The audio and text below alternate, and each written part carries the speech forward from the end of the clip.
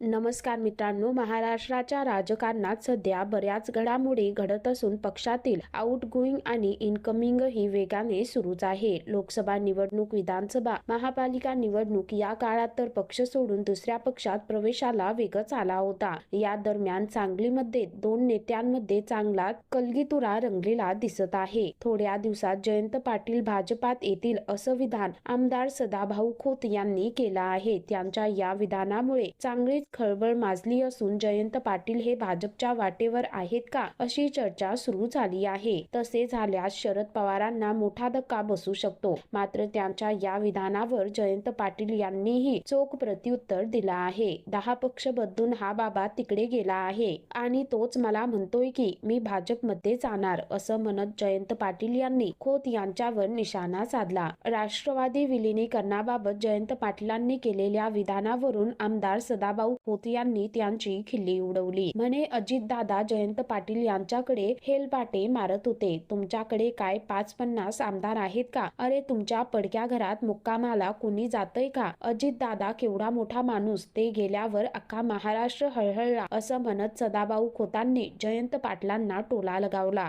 सदाभाऊ खोत यांच्या वक्तव्यानंतर खरंच जयंत पाटील हे भाजपमध्ये जाणार का अशी चर्चा राज्याच्या राजकारणात सुरू आहे. तर मित्रांनो, एकंदरीत संपूर्ण प्रकरण पाहता या संदर्भामध्ये तुमची काय प्रतिक्रिया आहे खाली कमेंट करून नक्की कळवा.